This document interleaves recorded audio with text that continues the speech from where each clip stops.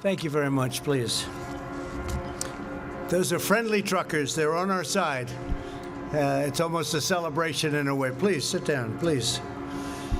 The First Lady and I are thrilled to welcome you this afternoon for our second event, recognizing extraordinary Americans who have responded to the invisible enemy. We know what the invisible enemy is. We've learned a lot. With exceptional bravery and commitment and love, and we appreciate it very much. Great job, fantastic job. In the midst of this pandemic, our nation has been united in grief and in prayer for the precious lives that have been lost. We've also come together in awe and admiration for the heroism and patriotism that we're witnessing all across our country. Here with us today is Amy Ford, a nurse of 17 years from Williamson, West Virginia, great state. Where is Amy? Hi, Amy. Weeks ago, after telling her children she loved them, Amy got on a plane for the first time in her life and traveled to New York to help. For the past 42 days, she's been working 12-hour shifts in the intensive care units of Kings County Hospital Center in Brooklyn. I know it well. I know that building well. I've passed it many, many times. And Amy has been serving the coronavirus patients around the clock. She once held the hand of an elderly patient all night long, just so the woman would not feel alone. Boy, that's something. Thank you, Amy. That's incredible. I want to thank you for what you've done. What a great story. I've heard about this story. Please come up and say a few words. Please, Amy. That's great.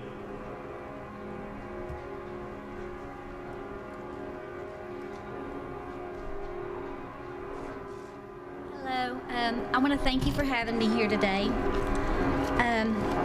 Being able to serve our country as a frontline worker during this pandemic has truly been an honor.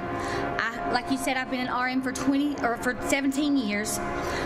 Under normal circumstances as a nurse, I would have an idea of a treatment plan, and unfortunately, I was not afforded that comfort in the beginning of this pandemic. These were not normal circumstances. There were times of trial and error and a whole lot of prayer. I had to adapt to a new way of nursing. One where treatment was still unknown. One where families had to trust my word and I had to prove that my word was trustworthy. One where I could only provide comfort by holding my patient's hand, because I could no longer give comfort with numbers and statistics of success rates. Those were unavailable in the beginning. I provided families comfort through FaceTime calls, holding my phone up to a patient's ear, hoping that by hearing their loved one's voice, it would in turn give them comfort as well. This experience has been one of the most emotionally challenging things that I've ever been through, but it has made me a better person in the end. There is a light at the end of the tunnel. We are beginning to see progress, and we are starting to see stories of success. This virus may have initially caught our great nation off guard, but we will overcome this and we will prevail. Thank you. Amy, did you ever catch the virus? Did you ever? No. You never got it. So with all of that long hours and with very, very sick people, you never caught the virus. No, sir. What do you attribute that to? PPE. Oh, really good. Good protection. We have had protection. So you've had great protection. I have. So you feel that if you have the protection, you won't catch it. You feel that? I feel that's what's protected me. That is fantastic. Good. Yes. Wow. And I have not had any me personally, I have not had any shortage of PPE. And your coworkers, do they? Not at the hospital that I'm at, no. That's incredible. So you all have very good equipment, as Yes. the expression goes, right? The gowns and the masks, everything. Thank you very much, Amy. Thank you. That's great. Amazing.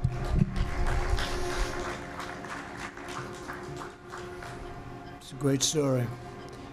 Also with us is Ben Ross, the co-founder of a small custom tie business called Brackish Bow Ties in Charleston, South Carolina. Great place.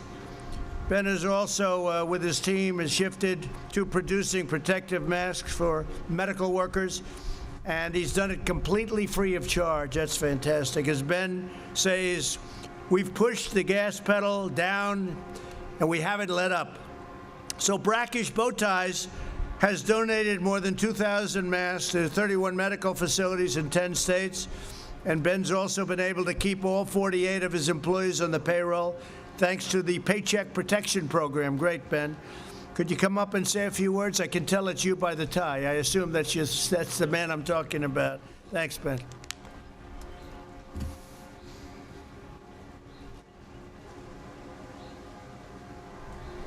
Thank you so much, Mr. President. Thank It is you. truly an honor to be here. Thank you, Ben. It is because of Jeff Plotner's guiding hand, the passion of the entire Brackish team, and the leadership of this country that we are being recognized here today.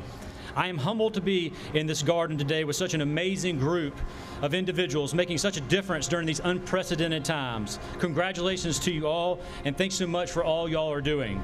I have no doubt that the United States of America will soar above this and come out stronger and more grateful for family, friends, community, and this nation, because we all know we're all in this together, and only together will we be able to curb coronavirus.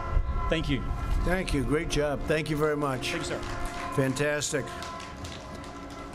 And I like that tie very much, by the way. Today we also honor Sergeant Spencer Garrett, an officer with the New York PD, that's New York's finest, that's for sure, right? Who contracted the coronavirus. After 4 weeks of fighting a painful battle against the virus, Spencer recovered and immediately returned to the front lines. Grateful for all of the support of his family, friends, colleagues, and time, all of the people and the work he's done, Sergeant Garrett wanted to provide that same kindness to others. And I know so many of the people members of New York's finest, and we love them and say hello to them, okay?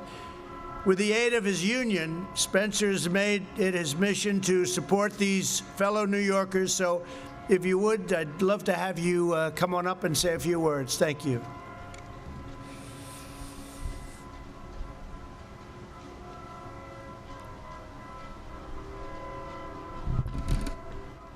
Good afternoon.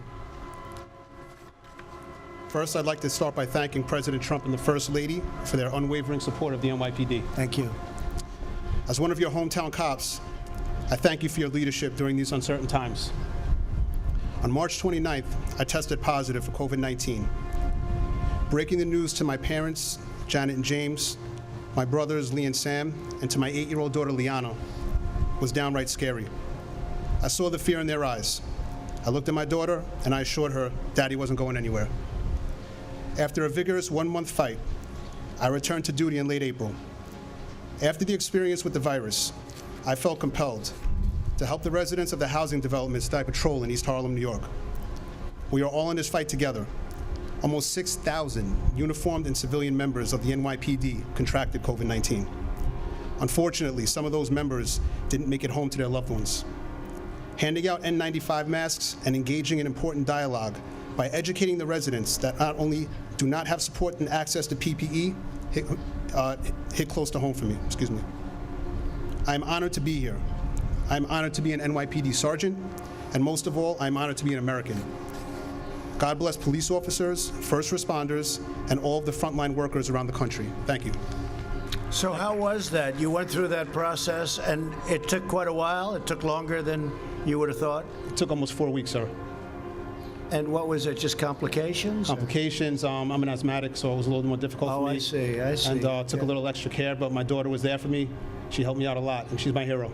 That's fantastic. Thank you. You're my hero. Thank you, sir. Thank you. Say hello to everybody. I will. Thank you.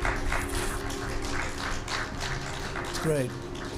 We're also joined by 3 terrific Girl Scouts, Lauren, Sareva, and Layla, of the Girl Scout Troop 744 from Elk Ridge, Maryland, along with their troop leader, Megan Langley. Thank you very much. That's great. That's really great. These amazing 10-year-olds have donated 100 boxes of Girl Scout cookies to local firefighters, doctors, and nurses, and have spent approximately 200 personalized cards to healthcare workers all over. And they're going to do a lot more. Their ambition is to do a lot more. And I think, Layla, you're going to come up and you're going to speak. Why don't you all go up and stand, and maybe, Layla, you say a few words. That'd be great. Thank you very much. Please. That's great. Thank you.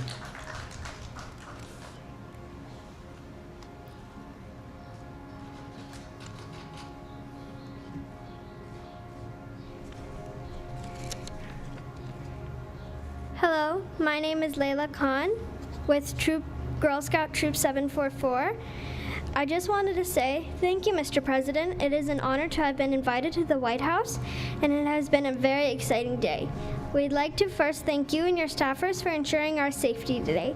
We appreciate all the safety measures that were put into place. In the middle of March, when everything began to shut down, we, like many Americans, felt compelled to support our healthcare and other essential workers and show our appreciation. We donated cases of cookies to our local firehouses and hospitals, and we made cards to mail to hospitals in our community. Our troop has a number of parents that are healthcare workers, so one of the parents helped to take our personalized cards and place them on the lockers of doctors, nurses, and other essential workers throughout Children's National Hospital. While we are honored that the troop was invited to be here today, we know we are just part of the millions of other children out there that are doing amazing things to support their community, their friends, and their family. It is a privilege to be here representing all of them. They've made cards, painted pictures, held virtual parties, and have demonstrated how we are all in this together. Our message is that everyone can do something, whether it is donating cookies, adjusting to distance learning, or just helping out our parents. We have come together to support each other during this uncertain time. Thank you for the opportunity to serve our community, our essential workers, and our country. Thank you very much. Thanks, Layla. What a great job. Thank you very much. Thank you. Thank you. Thank you very much, all three. Great job. Also with us today is Clay Young, a real estate developer and landlord from Jonesboro, Arkansas. That's a fantastic place. In March, one of Clay's small business tenants informed him that they were concerned that they would be unable to afford the rent. He immediately took the tenant's rent check, ripped it up, and then waived April's rent as well. Clay had only one condition. He said to his tenant, "Take care of your family and pay your employees. Just take care of those employees, please. We'll get through this together." And that's what's happening. Clay then told 11 more small business tenants that he'd waive their rent payments as well. With the help of PPP loans, many reopened the doors this week. They just reopened. So, Clay, I want to thank you very much on behalf of all of us in this country. And if you'd come up and say a few words, that's a great thing. Thank you, Clay.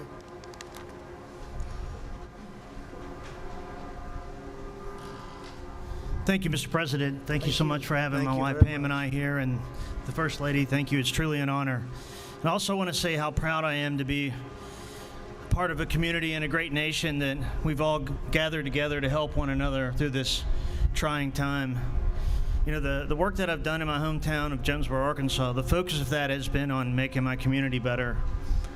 As I saw what the virus was doing, and I saw what the virus would be doing to the small business and to the employees of the small business, I realized that I needed to work with my tenants, and forgiving the rent was the only option. And I remembered thinking, you don't kick people when they're down. And over the last 20 years of being a small business myself and a developer and also a landlord, there's been tough times. And in those tough times, I remember those people that came and they helped me and my family.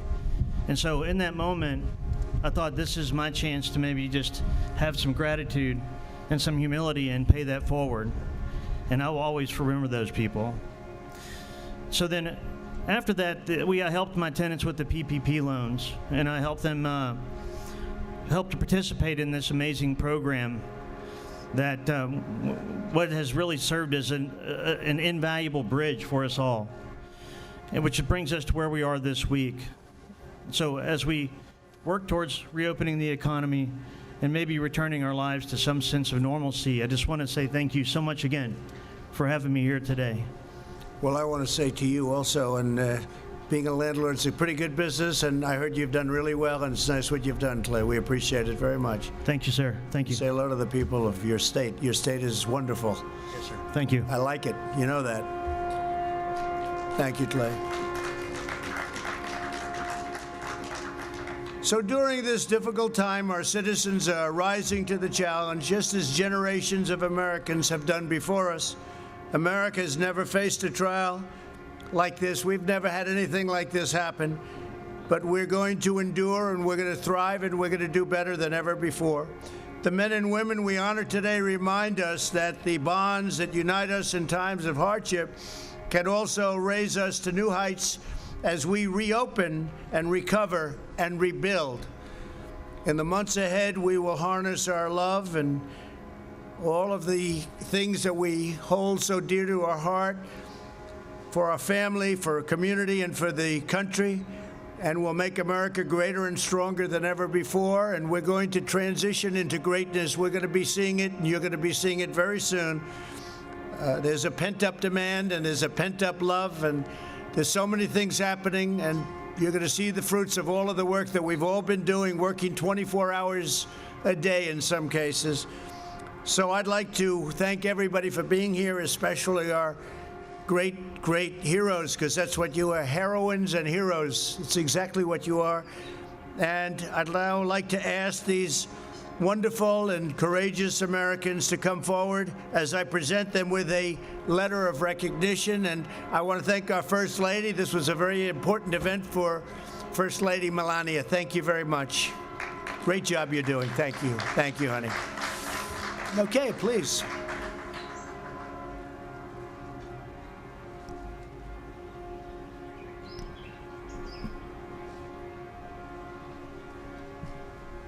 Amy Ford.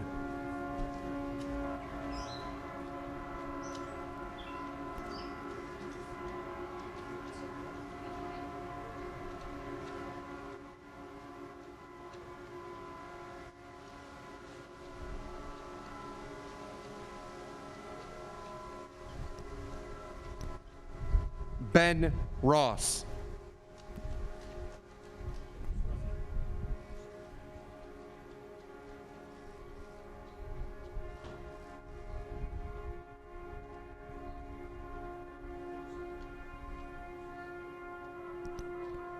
Sergeant Spencer Garrett.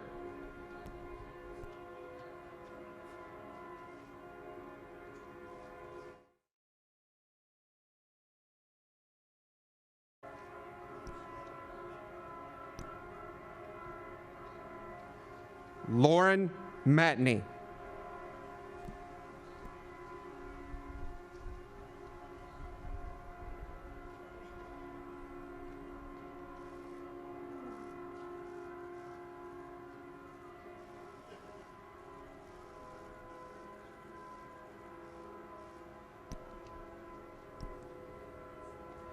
Shravia Anna Peretti.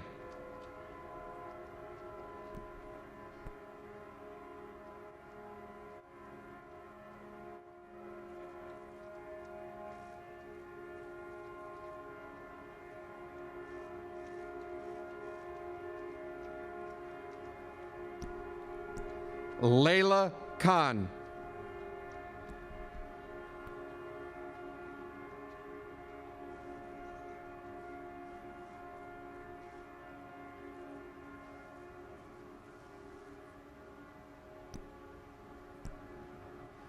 Clay Young.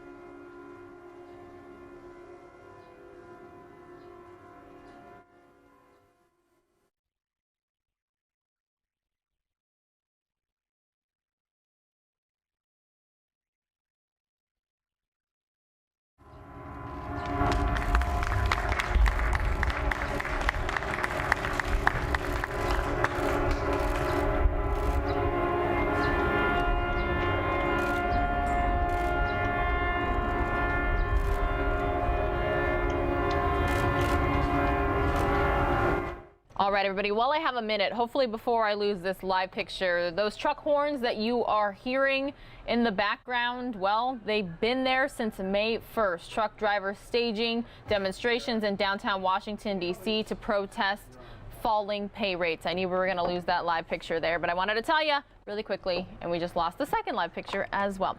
Pilar Arias here with you for the next few minutes, then Christy Larson's going to take over for a bit, and I will